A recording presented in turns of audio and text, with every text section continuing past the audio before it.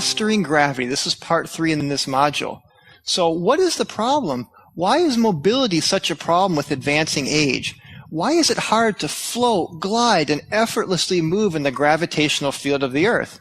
Many people over 60 cannot move their bodies anywhere close to like they could when they were younger, like running, jumping, skipping, flipping, dancing, skiing, skating, playing hard in general.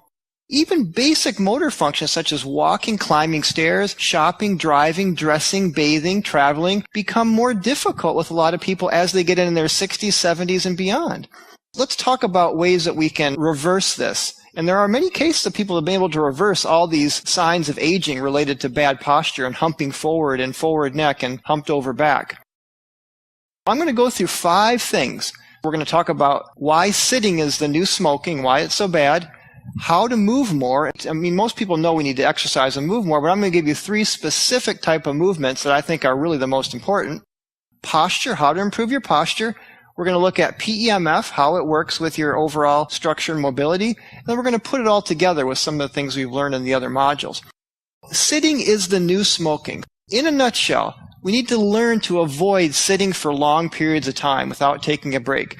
Sitting can be a nice break from a busy day, but considering most people work in an office and then go home and sit down for TV or in front of their computer, sit down for dinner, etc., that's just way, way too much sitting. And you probably think that this has a bad effect on your body, and it does.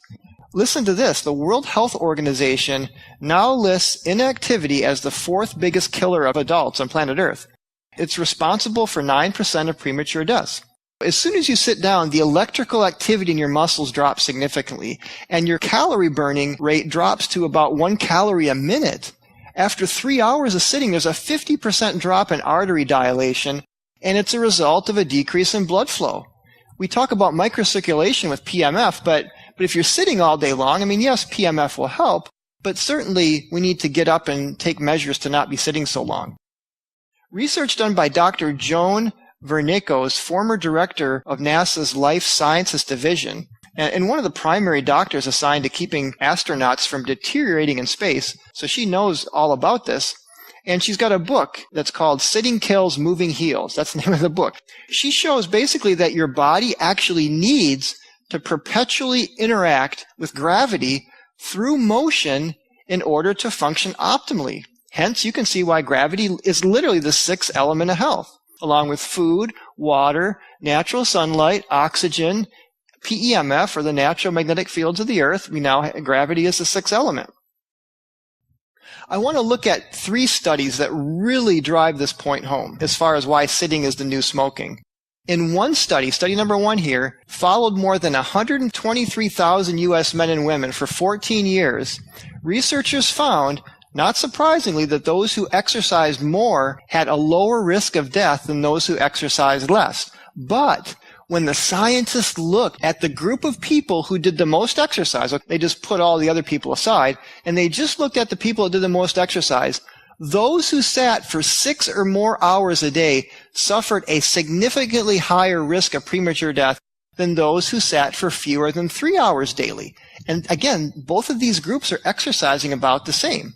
The bottom line from this study, while a 30-minute aerobic workout every day is great for you, it does not make up for sitting the next 8 hours in your desk chair.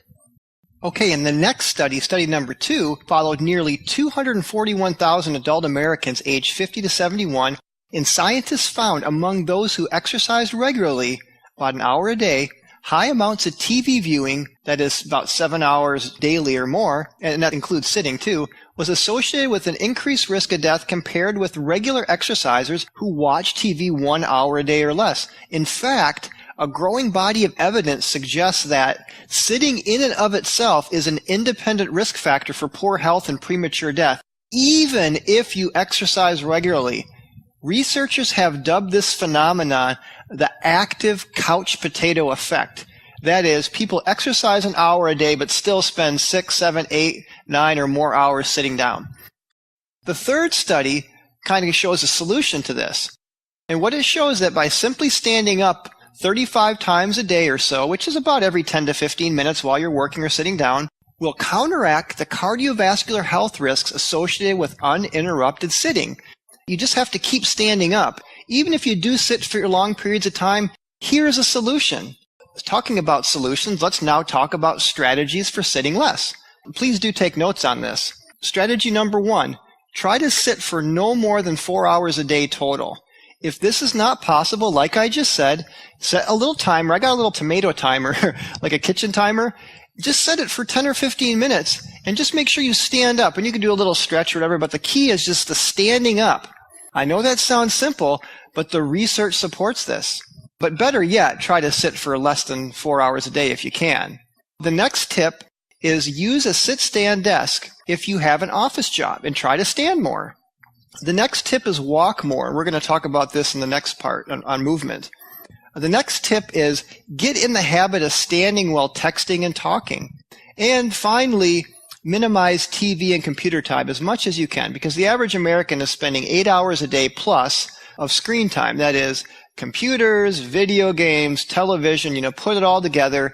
It's more than 8 hours a day for the average American. And get up earlier in the morning. I almost want to do a whole video on this idea, but most of us get in trouble with the late night hours. That's when we're pretty much getting nothing done. So when you get up earlier, you tend to get more accomplished during the day, and there's not as many of those couch potato hours left in the evening, basically sitting around and living that unhealthy sedentary lifestyle. The next section after sitting less, you need to move more. Now, walking more. This is the easiest one and probably one of the best things you can do is try to focus on getting a minimum of 6,000 steps a day, ideally 7,000 to 8,000. That's going to be about an hour to an hour and a half of walking a day. And you can break this up into multiple walks. You can certainly include if you go to the mall or the store. And if you get a pedometer, it'll measure your steps. The next thing is working out and strength training. What's the difference between strength training and bodybuilding? Well, there's a lot of a difference. We are shooting for usable muscle for activities of daily living to keep up our circulation, our bones strong, and increasing the mitochondria in our cells.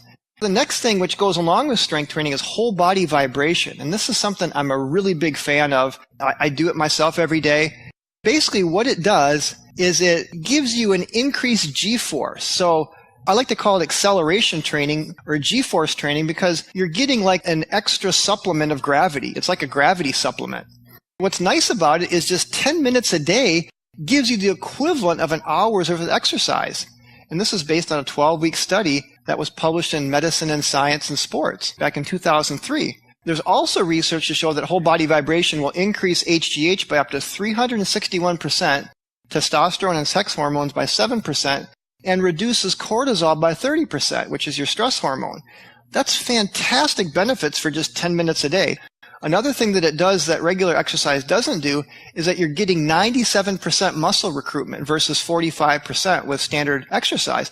And that's because you're vibrating your muscles upwards to 1,500 times a minute, and that includes the involuntary muscles with whole body vibration. See, when you work out with weights, you're really just using your skeletal muscles to lift the weights. You're not working out the muscles on the inside of your colon or the inside of your veins or all these involuntary muscles which you can't work out with weights and even Nautilus. There's so many benefits to whole body vibration. Check out my site, noblerex.com. This is the machine I recommend and use. And I got tons of research and testimonials that I've collected. You can just see why I'm also very passionate about this along with PEMF therapy. And that's noblerex.com, noblerex.com. So number 3, the next point after movement is good posture, sitting, standing, and sleeping especially. So what causes bad posture? Well, weight issues. If you got weight issues, that can take its toll on your back. Accidents or injuries, poor lumbar support while you're sitting or lifting, pillows that are too high, beds that are too soft, hunching over to your iPhone, smart pad, or hunching forward like the turtle head to the computer screen, stress, low self-esteem, poor muscle tone, inactivity, lack of exercise. So a lot of causes for bad posture. But the main thing, again, just keep the idea of being vertical in alignment with gravity, using good posture, beds, chairs, and standing more and sitting less and moving your body and exercising.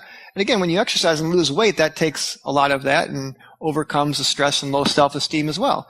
Now, the harmful effects of poor posture over time will cause bad circulation, which taxes your cardiovascular system, poor breathing, vertebrae deteriorate. You get herniated discs and all kinds of problems with your spine, especially low back and the neck area. And subluxations, just your vertebrae get out of alignment, and that affects all your organs. Standing, to have good posture while standing, you want your knees slightly bent and wearing good shoes. But again, it's really just about staying in that vertical position, standing tall with the shoulders back but relaxed. Same thing with sitting. The one thing with sitting is do try to keep your knees slightly lower than the hips and keep your feet flat on the ground. Don't cross them in front of you. Sleeping, it goes without saying, sleeping can be a big problem if you're not sleeping with a good mattress. So a nice firm mattress that gives you good support. Sleep on your side with a pillow between the legs. And again, use good pillows. And don't stack your pillows if you sleep on your back. Okay, so good posture is important. So now let's get into yoga. I'm not going to get into detail on this, but I just want to show you this example of a lady, Ann Pesky. And she's an 86-year-old lady. And I just want to show you her before and after picture because this all happened just a few months with a one-on-one yoga trainer. It just shows you the power of yoga to straighten out your back, to get your flexibility back. And please do some research and investigate. I might do a separate module at some time on yoga, but I highly recommend doing yoga classes a few times a week. Now, PEMF therapy also will help with your structure mobility. As we've talked about, PMF improves microcirculation, helps with inflammation and pain relief, improves flexibility. We do a little flexibility test with people where they bend down to reach their toes. And after an 8-minute PMF session, they can reach down further. That added flexibility, again, is helping your overall musculoskeletal system to be more flexible and mobile. PMF will help to heal and regenerate. It increases stem cells, it improves ATP production, detoxification. And again, it's just a great preventative measure. So thanks for watching this video. I hope you got a lot out of it. And please do put into practice these principles I've talked about in this last section. In the next module, module number 8, we're going to go over the mind and the emotions and the power of positive psychology and some heart math techniques for emotional coherence. So stay tuned for that because this is one of the most important modules for health and well-being.